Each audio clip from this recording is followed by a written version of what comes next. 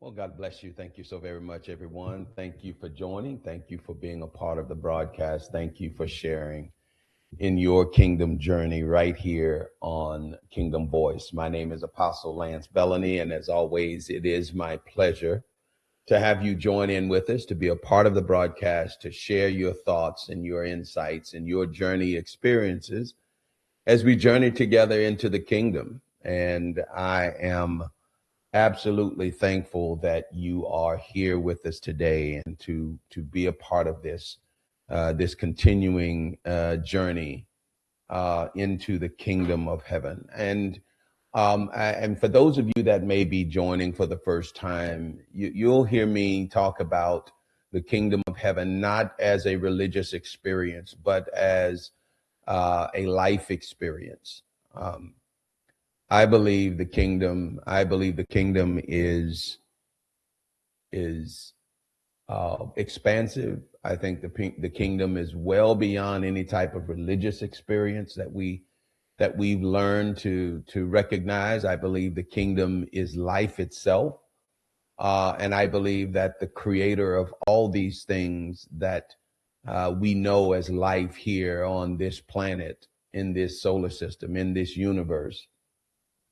Um, I believe the creator controls all of that. And as such, there is this sense of righteousness, this sense of equity and balance that governs this life experience that we have. I believe that it governs that. And there are things that are pertinent to human life that is important: justice, righteousness, holiness. I believe that fairness, good and evil are applicable to human life here on this planet, and this is in this experience that we call life. And I think for many people, and many people that are of a kingdom persuasion, we're all evolving into a greater understanding of who this creator is. And I am a huge advocate that this creator is reflective in what they created. Not everything. They are beyond what they created, but certainly what they created is a reflection and has insight and provides insight into who they are. And I know that gets to be a little bit more nebulous for people, but I think it's important for us to understand that we don't know, not in the least little bit, all there is to know about the creator of all things. And because of that, we need to allow the creator, we need to allow the creator to identify and explain themselves as they choose to explain themselves to us. Okay? I think we need to allow them to do that. And the only way you can allow them to do that, or the only way they can do that for us individually, is that we allow them to, that we invite them into a place in our lives to be able to explain who they are and what they desire for us. So I want to kind of set that tone as we move forward, because one of the things that I am persuaded of in this season, in this time in which we're living, is that the creator desires a more expansive relationship with those that will engage with them. The creator does. Okay, because what has dominated our understanding of the creator has been some religious experience. Okay, or it has been some nebulous spiritual experience. And I believe that in this season there is a combination, there is a coming together of the spirituality and the religious, if you will, that I have chosen to embrace as the kingdom of heaven. Okay.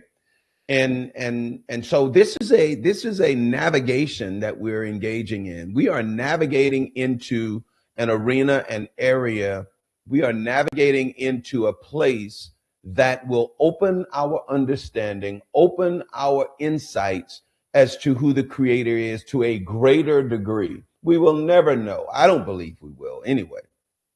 We will never know the creator in totality. Okay. Not in this life. Now, maybe certainly as we transition from this life into eternity, into that next place that the creator has for us, I think at that point we will understand greater and potentially could come into the full understanding of who the creator is, as we will certainly and most probably, and I would even dare say most certainly, be like they are. Okay. And so at that point, I think we'll have an opportunity to see the creator in a much different light than we see the creator today. And again, I'm getting to the point of my message today, or our topic today, but I wanted to set the stage for why we are expanding into these different areas that life is presenting to us, whether it's education or politics or finance or social justice or things of that nature, but well beyond the jumping and shouting and singing and hallelujahing and waiting for Jesus to return. That day and that ship has sailed for me, and I am engaging well beyond the rhetoric of religious organizations and religion itself. Okay, I think in large part religion, not the creator, but religion is restrictive. And you've heard me, if you watch this broadcast for any length of time, you've heard me lament on these things of how religion just restricts us in our understanding of the creator, all the while telling us that they have all that he or they are, right? All that the creator is. Religion knows all that the creator is, or all that the creator wants us to know. And I've you know, I'm so beyond that and not even interested in entertaining that. So anyway, I wanted to just kind of set the tone for today's topic today, and wanted to help you at least understand why I am going down this path at this point in time to discuss these issues, because I believe these issues are a part of the kingdom experience that all of us are having across the globe, that we're having, and wanted to really encourage us regarding this topic. Okay, so African American voter dilemma is what I want to talk about today. All right. This is a real topic in our society, and for in particular for those that may be watching internationally. I say to you, just indulge us, because if it isn't already happening where you are, it will begin to happen where you are. African Americans here in the United States of America, we faced a particularly interesting history and a particularly interesting challenge that makes that has presented some unique experiences here in the U.S. Among those experiences is the voting experience, the political experience that we have here in the U.S., and what the impact has been on African Americans. And when I say African Americans, that is the descendants of Africans that were brought here and enslaved here, subsequently freed here and established life here in the U.S. The descendants of those peoples now today are known as African Americans. What that experience has been, and in particular, what that political experience has been, and how, how that experience has played out over the last 70 years. And I'm going to focus on the last 70 years because the topic that I'm going to talk about today really came to fruition over the last 70 years, and that is our right to vote. that right to vote has evolved and to some degree has created a dilemma for the African American here in the United States. I think to a large degree, it has been a dilemma of our own creating.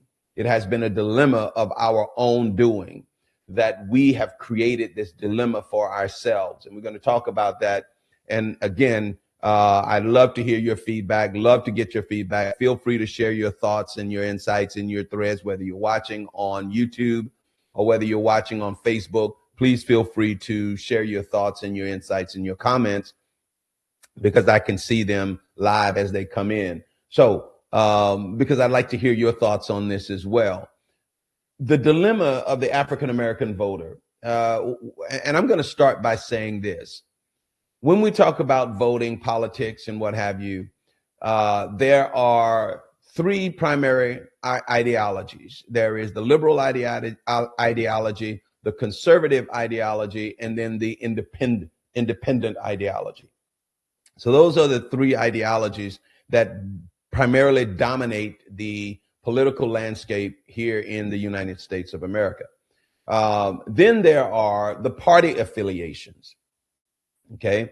The primary party affiliations in this country are overwhelmingly Republican and Democrat. Now, some would argue that the independent position is also there, but I classify that as an ideology. Okay, because overwhelmingly independents, while there are independent candidates that come up from time to time, independents divide themselves between Republican and Democrats, just as African American voters, just as white voters and all voters tend to separate themselves around those two primary political parties, but they have three primary political ideologies. Okay, so that kind of explains my thoughts around the ideology versus the political party. So the African American voter has literally created a dilemma for ourselves, in that we have demonstrated an allegiance in one particular direction, but there are some benefits and consequences of that position. And I want to get into that in just as we move forward. So I'm going to share something now. So the dilemma of the African American voter is this: African Americans are not a monolith of voters. And I want you to understand that we as African Americans, I am an African American, obviously you can see that, but African Americans are not a monolith of voters. So what do I mean by monolith? Meaning that we all don't think the same way, neither do we vote the same way. Neither do we have the same political or social and political ideologies. Okay, not all African American liberals voters are the same. Not all African American independent voters are all the same. Not all African American conservative voters are the same. Even though they are within a particular ideology, they are not all the same. So there are differences even within the liberal mindset and in the independent mindset, and obviously also the conservative mindset. So for the record, I will say to you that I am a conservative in my ideology, and we'll talk about it later. And I'll be fully transparent. We'll talk about it later in how I vote, how I have cast my political vote. The Democrat Party, now listen to this, the Democrat Party has received 85% of the African American vote for the past 70 years. Now, in spite of the diversity of ideology, when it comes to the African American voter and the political persuasion, the political parties, the Democrat Party has received 85% of the African American vote since the 1960s. Late 50s, early 60s. Okay. Since that time, 85% of the African American vote has gone toward the Democrat Party. Okay. The Republican Party has historically championed the cause of African American voter, but only received 15% of their vote in this same period. Okay. That is the dilemma that has been created. Now, I want you to understand something. 85% of the African American vote since 1970, since for the past 70 years, has gone to the Democrat Party. The Republican Party has been a champion in many respects of the issues facing African Americans, but only received 15% of the African American vote. The dilemma that has been created is simply this. One party has gotten used to the African American vote and know they're going to get it no matter what. The other party knows that they're not going to get the African American vote no matter what they do. So now, in the one hand, I don't have to do anything to get your vote. And on the other hand, nothing I do will attract your vote. So where does that leave the African American voter? In the proverbial wilderness dilemma. Okay. I'm gonna just share some personal thoughts here before we go on. Part of the challenge of the African American voter is that when we look at where we stand politically in this day and age, and we look at some of the things that have been championed in and supposedly on our behalf, yet many African Americans will tell you that we are nowhere near where we should be. But yet, when you look at some of the things that have been done, quote unquote, on our behalf, has it benefited us, or was it just a feel-good type of endeavor that was to give us a pacifier or appease us, but the real impact of those things were never going to deliver what they promised to deliver? I am persuaded of this one fact, that when you give someone a handout, you weaken them. When you give someone a hand to help themselves, you strengthen them. The old adage, teach a man how to fish, I fed him for a lifetime.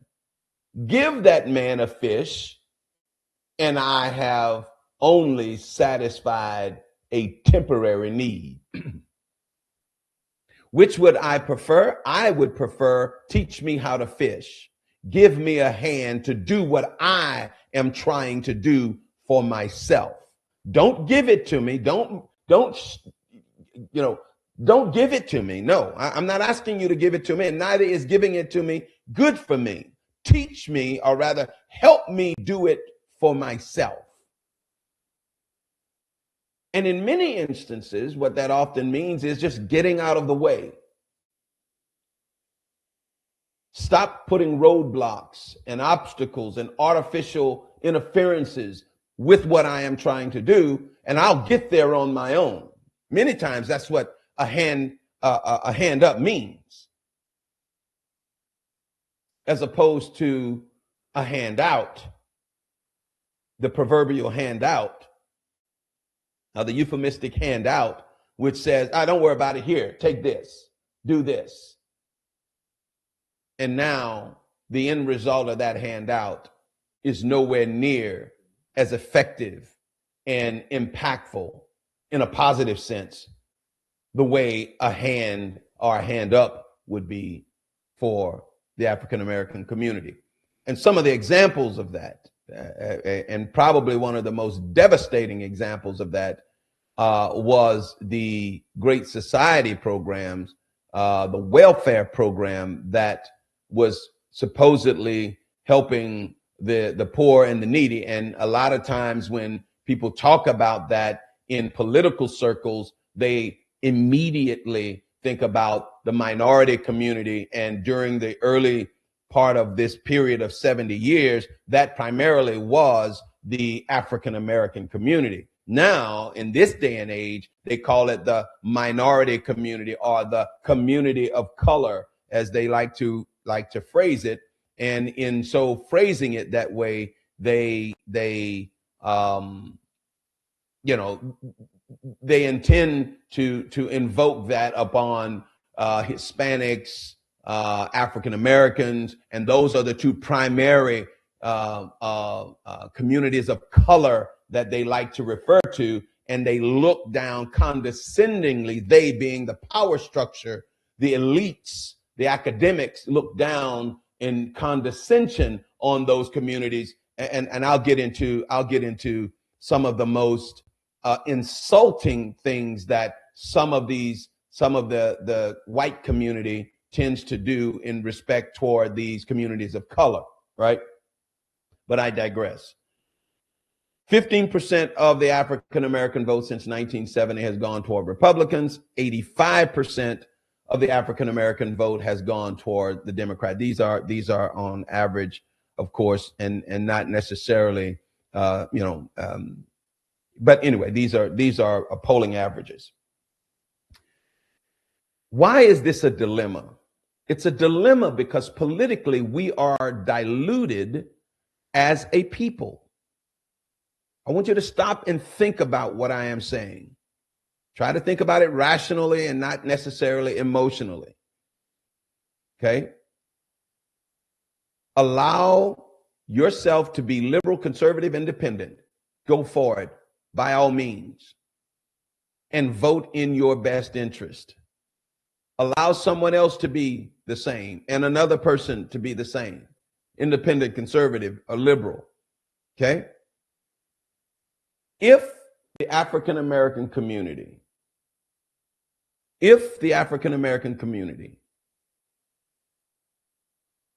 were to allow themselves to vote according to, or to participate in the political process according to the convictions of each individual person. And I know people will say, well, they have that right. Sure, we have that right. But look at what the outcome has been. We have voted 85% in one direction. Have we, ask yourself this question, have we received 85 or the appropriate response from that allegiance in terms of the political wherewithal and the political power that type of allegiance would reasonably warrant? Have we received that type of response from our allegiance? I think everyone would agree that today, in 2026, that the answer to that question is no, we haven't. Okay? And I think there are some attributable reasons why we have not received the appreciable response to our allegiance in terms of political voting. Okay? And that is because I believe that in response to our vote, again, on average, in response to the African American vote, what we've gotten in return is condescension. Okay? They need our help. They can't do it without our help. I'm talking about the way that response has come back toward the African American community.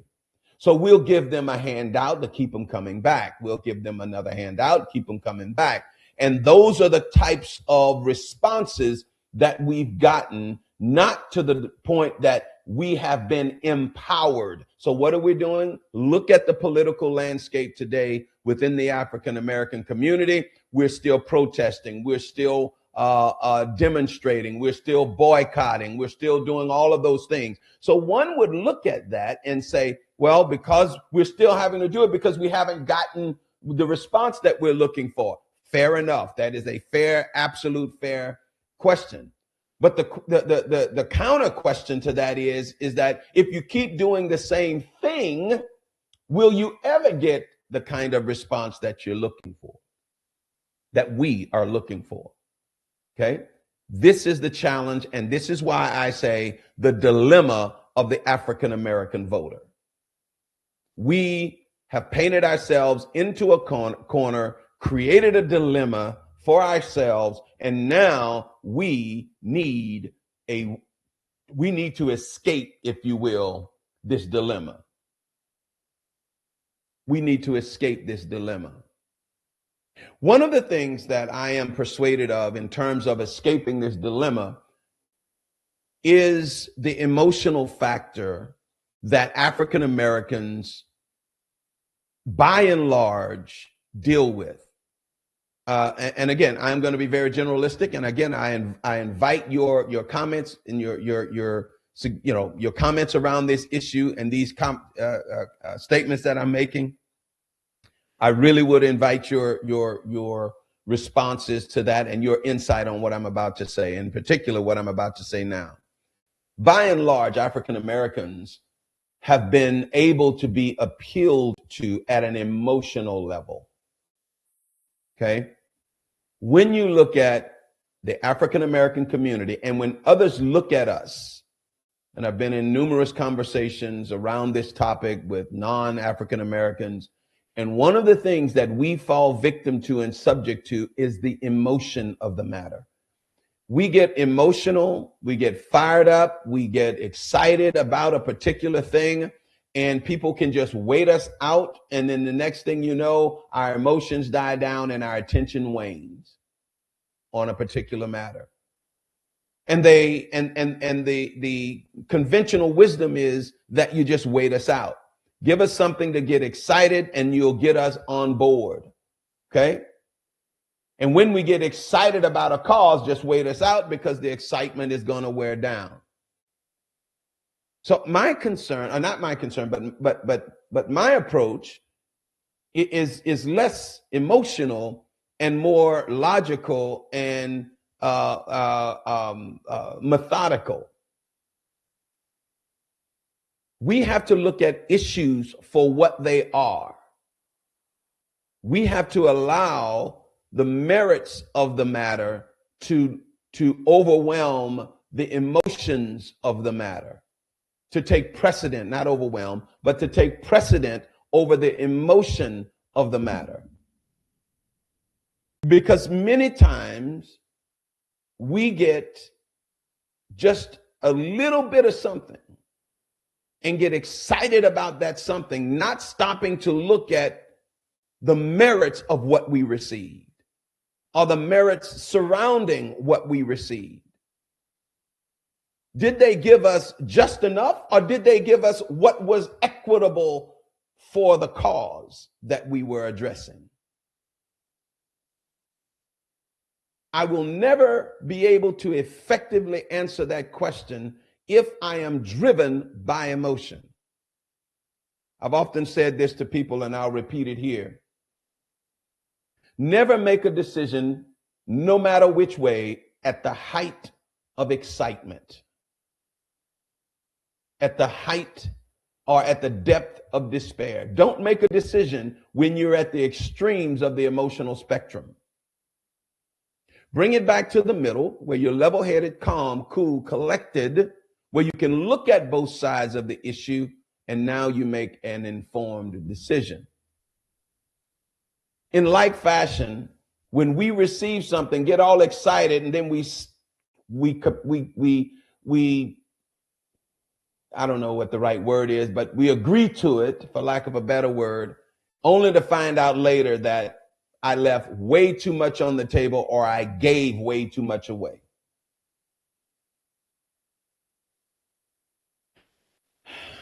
So when we look at the dilemma that we're in, the question becomes, how do we get out of that dilemma? How do we begin to we begin to truly diversify our vote? I am convinced that until we become more 40-60, 55-45, until we become somewhere in that range, we will continue to find ourselves in this voter dilemma. Okay? We will continue to find ourselves in this voter dilemma and in this political wilderness. Okay? Here is how the statistics have broken down the African American vote. And I want to point out an interesting dichotomy in this situation that we find ourselves in. The table on the right shows the ideology that I just mentioned: liberal, conservative, moderate, or independent, or other. Right? I am a conservative. I consider myself to be conservative, both politically, economically, socially, fiscally. I am a conservative. I believe in less government, lower taxes. I believe in social conservatism, a man and a woman, okay, a husband and a wife. I believe in two genders, male and female. Socially, I believe that African Americans deserve the right to vote, earned that right to vote, inherited that right to vote.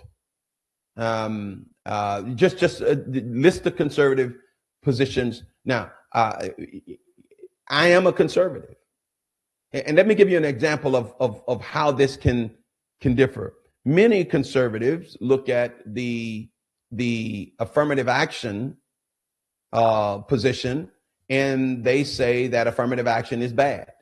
I don't. I believe affirmative action is necessary. And I've argued this with many conservatives and left them pondering, that's a good point you make, Lance.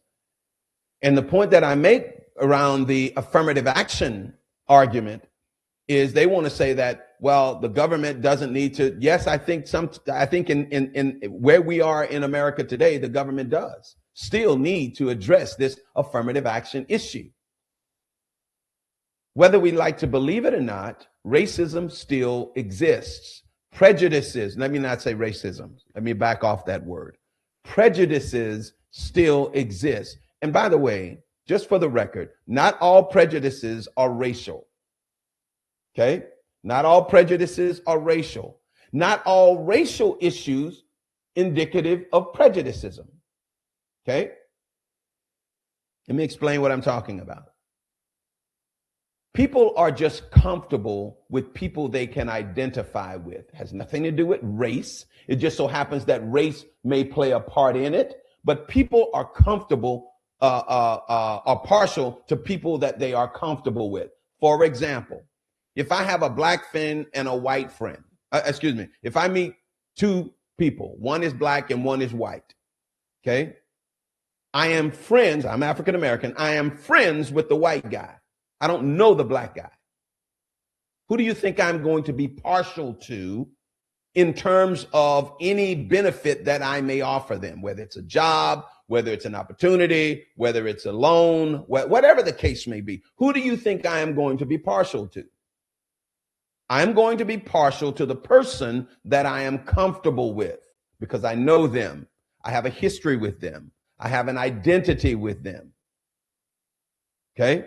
So not all situations are purely based in race. There is an aspect of familiarity, comfort, history. Okay? Now, when we look at affirmative action, one of the challenges that many people fail to recognize on the conservative side is this.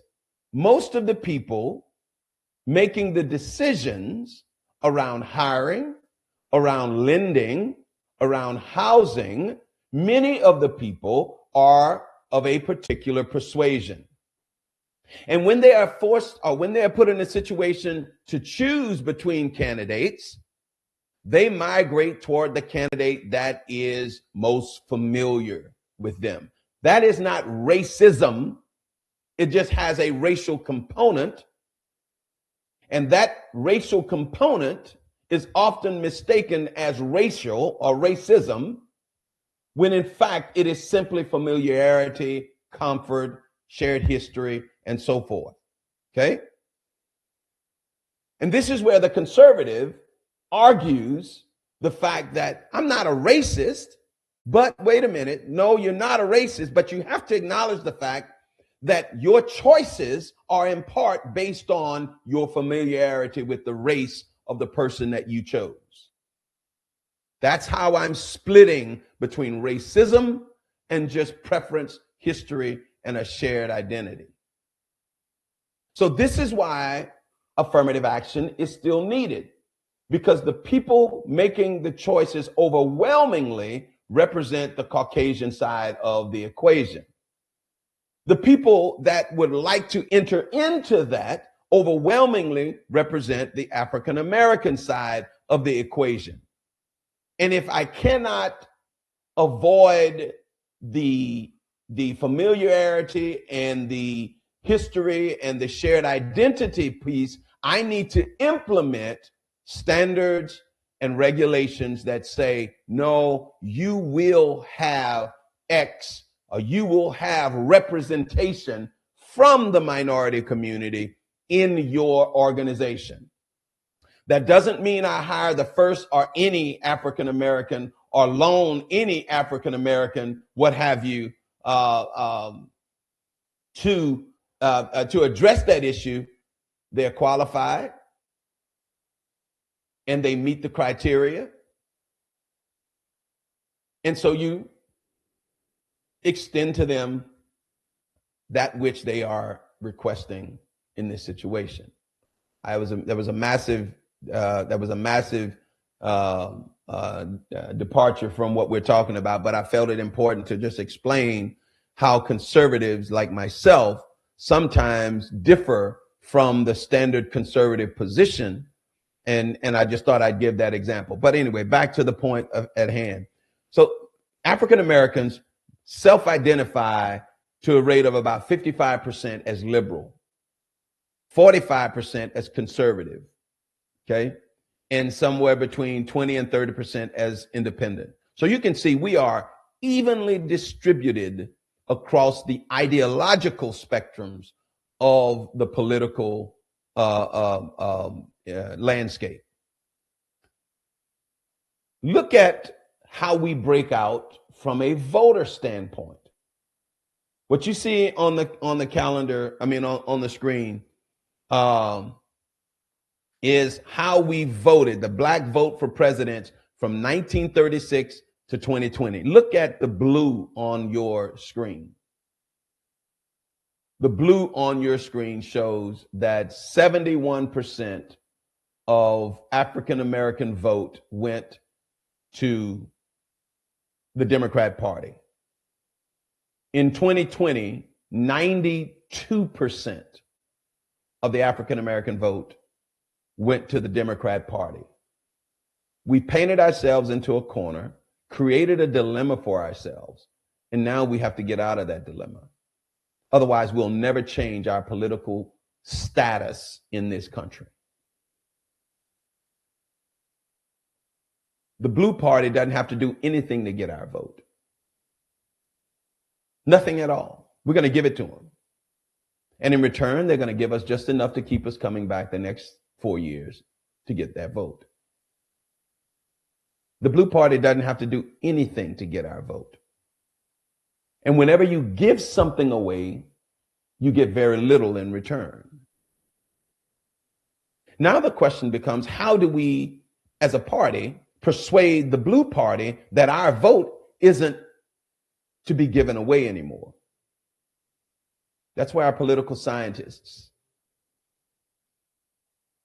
of African American persuasion need to step up and offer these types of academic and elitist, if you will, arguments. I don't think, and this is me having seen now, I guess I became politically engaged back when Bill Clinton was president. That's when I really became politically engaged. I was a young adult, married at the time, with a family. I had just started my family, and that's when I really became politically aware. And that's when I began to understand my political persuasion or my ideological persuasion. And I have to admit that I was always conservative. I never was Democrat, albeit I was raised in a family that was dominated by a Democrat ideology. My father was a staunch Democrat, okay? But he was as conservative as you would imagine.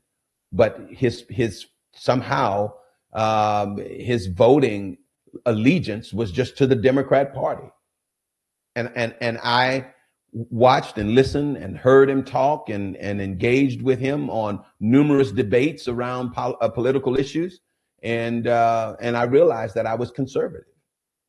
I'm just conservative. And I was never given to emotional decision making. So I digress. So you can see from a presidential standpoint how we engage the political process from a voting for the president. The lower bar chart shows Black party affiliation, African American party affiliation. The blue, once again, we were 37-47-19 back in 1936. That is probably the most balanced, maybe 1944 is probably one of the most balanced political positions we find ourselves in. And from that point, it got worse and worse and worse to a peak in 1948, where we were 92% of our party affiliation had went to the Democrat Party. And it's been up around that status ever since. So you can see the history there, decade after decade after decade, where our allegiance has gone to one party. Now, I want you to stop and think about something for just a second. And this is the dilemma that I'm talking about. This is the dilemma that I'm speaking of. Such allegiance given to a single party, what have we received in return for that allegiance? Be honest with yourself, and I want you to think. I'm not telling you which way to go. I'm just trying to get you to look at it from a logical standpoint. Such allegiance has been given to a single political party, and what have we received in return of that allegiance? I'm gonna give you a sense of what I think we've actually gotten in return. And unfortunately, from my perspective, it was another token. But we'll deal with that in just a second. What have we received? We're still crying about racism. We're still crying about housing disenfranchisement. We're still talking about economic disenfranchisement. I think that's the right word. Disenfranchised. Yeah, that's right. Disenfranchisement. We're still crying about education disparities. We are still engaged in the same arguments that we were engaged in back in the 1960s. But yet one party has gotten 90+% of our vote. That's a dilemma at every level. That's a dilemma by any description. And we've got to get out of that dilemma. The only way we're going to get out of that dilemma is that we as a community are going to have to engage in a real debate around the merits of our voting. Okay. And that debate is going to have to take place without vilifying people moving one way or the other. Allowing people to move to that whatever persuasion they are, okay? Allowing without, Uncle Tomming them, Oreoing them. You know what I'm talking about, right? Without calling them the house word. Those of you that are African American listeners, you know what I'm talking about. And we've got to allow ourselves to make those decisions without denigrating each other. Caucasians do, Asians do, Hispanics do.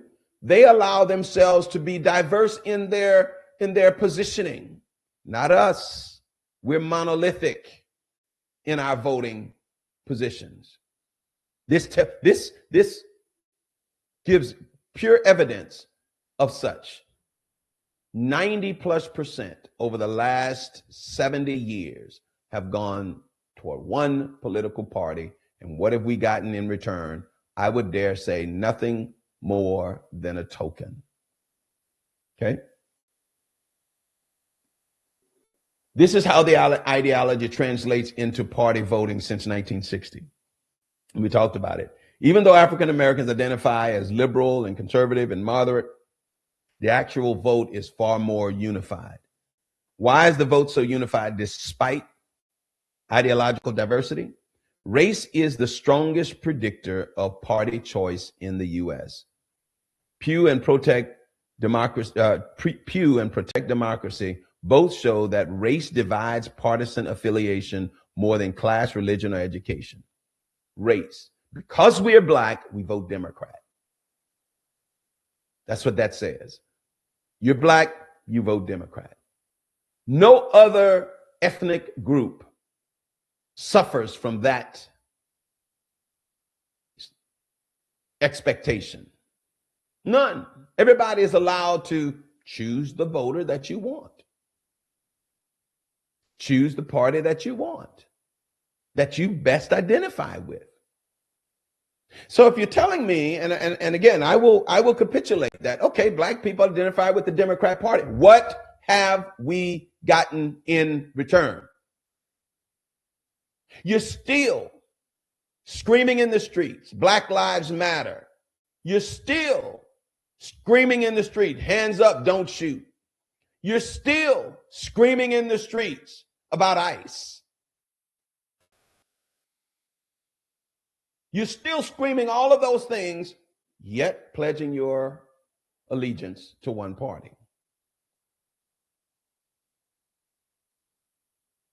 I'm not buying the idea that that one party is the savior of the Black community. I'm not buying it. So if you're telling me we just hadn't gotten enough from them yet, I'm telling you, I don't think we ever will get enough from them. It just doesn't work that way.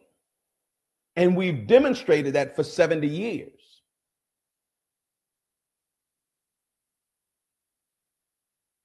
B, historical realignment after the Civil Rights Act of 1964 and the Voting Rights Act of 1965. Black voters shifted decisively to Democrats. You know what happened during the 64, 65 Voting Rights Act and Civil Rights Act? That was the Great Society program.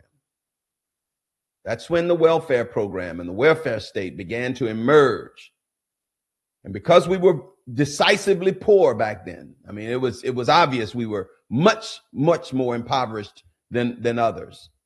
We gravitated toward that welfare state to the tune of the destruction of the Black nuclear family. I did some research one time, and the rate of marriage among African Americans was decisively higher prior to the Great Society program. Okay. African Americans were marrying at the rate of about 85%. Okay. African American children were born decisively to two-parent homes. Since the Great Society programs, the welfare state, in 2026, 75% of all African American children are born to single mothers. 75% have no daddy in the home. Just indulge me here for just a few minutes, and we'll begin to wrap this up. 75% of our young babies, African American boys and girls, are born to no daddies in the home. That is horrendous. in large part, not explicitly, but in large part to the welfare state that gave us a hand out, but in return, it destroyed us after we received it. What came along with that handout was some stipulations that eroded the Black family to unconscionable levels. That's what it did. And as a result of that, we find ourselves at 75% of our babies are born, our being African American babies, are born to single mothers. Forget about everybody else for just a moment. That, beloved, is untenable. And only God can fix that for us. Change our minds, change our thoughts, renew our minds around this issue of handout versus a hand up. Only God can fix that for us, because right now we are in a dilemma.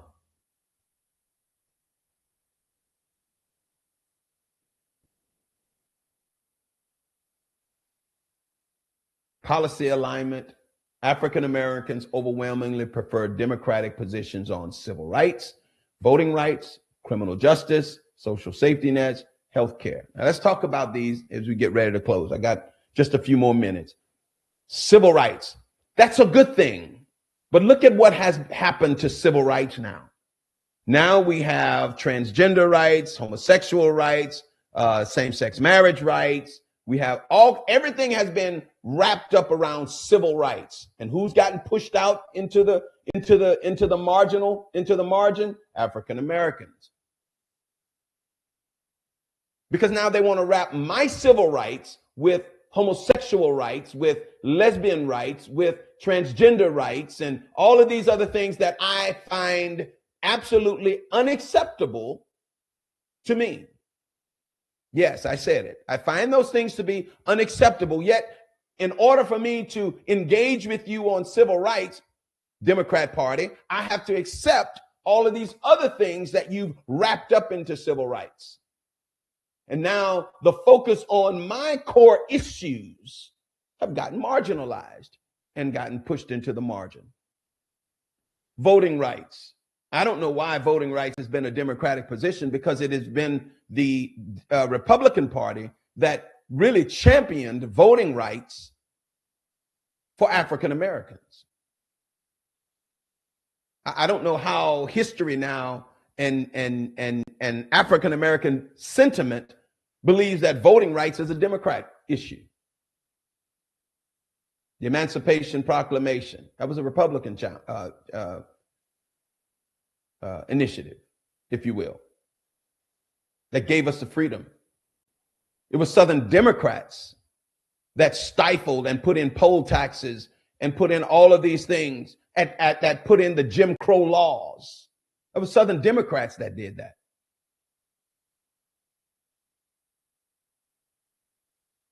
Criminal justice, the First Step Act, that was a Republican that gave so many African Americans incarcerated behind Bill Clinton's early prison reform. I forget the exact name of it. That was done in the 1980s. And then all of a sudden now, criminal justice is a Democrat issue. When you look at what Democrats did to incarcerate African Americans, how does that get to be again? I'm at a loss for how we as a people believe that criminal justice is a Democrat strong point. I find that completely interesting. Social safety nets, that's the welfare program, the welfare state. When you look at what the welfare state has done to the African American community, I'm stunned that we haven't seen the destruction that the welfare state has done to us.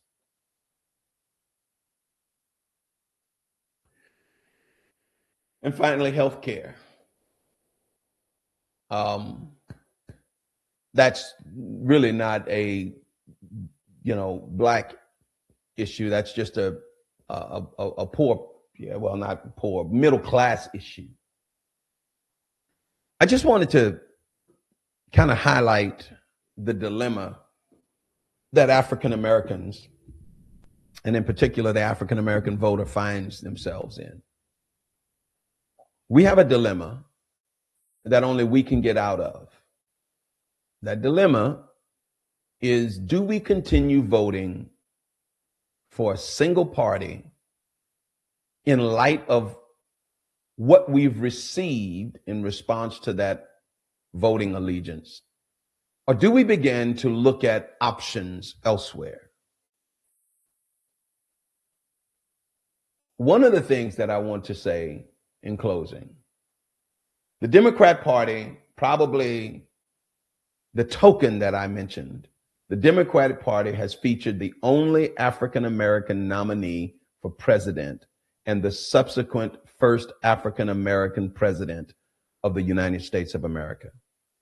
I think that one thing has guaranteed and solidified African-Americans voting for Democrats for the next 60 years. I'm gonna throw a wet blanket on this whole thing. I think the African-American community is just in for it for the next 60 years. I think the fact that the Democrat Party was able to do this, give us Barack Obama as our president. And by the way, I voted for Barack Obama, his first term. I'm just making it plain. I voted for him. And here's where the Republican Party did themselves a disservice. Many have questioned his African-American status due to the fact that his father was not an American citizen. His father was Kenyan, while his mother was a white American. Thus, the lack of African-American status. That's why many conservatives point to the fact that Barack wasn't an American citizen, albeit that they were completely in the wrong for what their position was. They were basing it on the fact that his father was Kenyan. And technically, Barack was not an African-American because his father, if you will, was not American. His father was African, but his father wasn't American. So you can see the technical side of all of that. And many African-Americans, black people, interpreted that as disrespectful. Okay. Some conservatives tried to highlight this and suggest that this made him not an American citizen, further creating the divide between African Americans and the Republican Party. So I don't think that we're going to make this shift for at least the next 50 years, maybe longer, because of this very issue right here. And they will continue to come back and draw back to this issue and be able to pull many of the African Americans into the Democratic fold and continue to push destructive policies and destructive ideologies upon the black community and keep us always looking for a handout versus demanding the hand or just demanding the opportunity to move ahead. Well, listen, beloved, thank you so very much. I hope that this topic was something that you could grab a hold to and really engage with. As we get ready to close, I want to invite all of you to connect with me on Facebook or connect with me on YouTube. If you haven't already done so, please subscribe to the channel. It helps us engage with others, your base. Thank you so very much. It would mean a whole lot to me if you did so.